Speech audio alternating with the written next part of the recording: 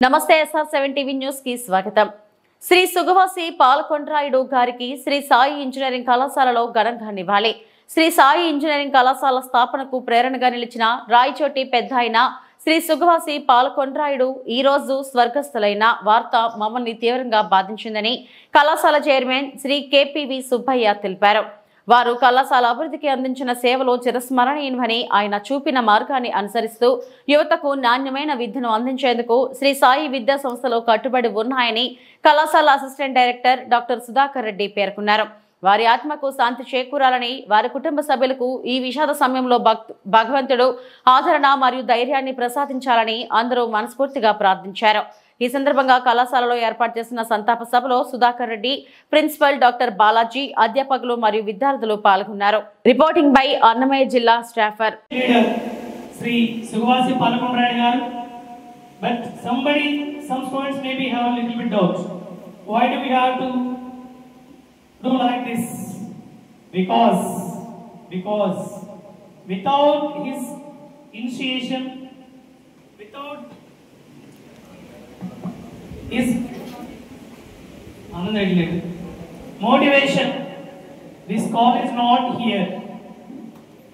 ఇదంతా చిన్నపిల్లలు కాబట్టి మీకు తెలియదు, ఈ రోజు ఈ కాలేజీ ఇక్కడ ఉందంటే దానికి entire director, producer, everything Shri Sugavasi పాల్గొనడానికి మాత్రం గుర్తుపెట్టుకోవాలి। అంతేకాదు కొన్ని వేల మంది పేద విద్యార్థులు చదువుకొని దేశ విదేశాలలో ఉద్యోగాలు చేసుకుంటూ వాళ్ళ కుటుంబాలలో వెలుగు నింపినటువంటి గొప్ప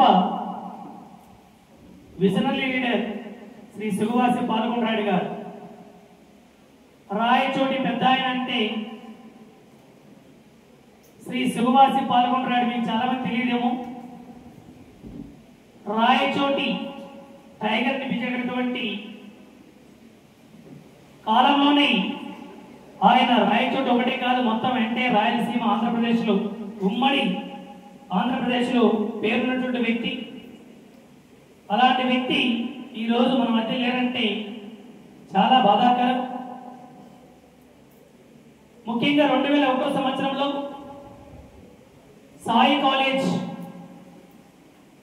ఏర్పడడానికి తను ఆ రోజున్నటువంటి మన ప్రీతం ముఖ్యమంత్రి వర్యులు శ్రీ నారా చంద్రబాబు నాయుడు గారిని రిక్వెస్ట్ చేసి, అలాగే తనకు పలుకుబడితో AICT న్యూఢిల్లీకి వెళ్ళి, ఇప్పుడు చాలా కొంతవరకు ఈజీగానే, ఒకప్పుడు ఇంజనీరింగ్ కాలేజ్ రావడం చాలా కష్టం। అంతేకాదు ఈ ప్రాంతం అంతా కూడా ఒక అడవి ప్రాంతం, రాళ్ళు రప్పలు, ఇక్కడ రావాలంటే భయపడేటటువంటి స్థితి ఏర్పడేది।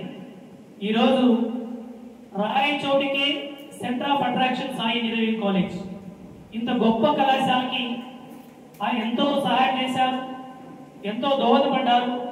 అలాంటి వ్యక్తి స్వర్గస్థులైనటువంటి ఈ రోజు మనమందరం కూడా ఒక 2 నిమిషాలు మౌనం పాటించి ఆ దేవుణ్ణి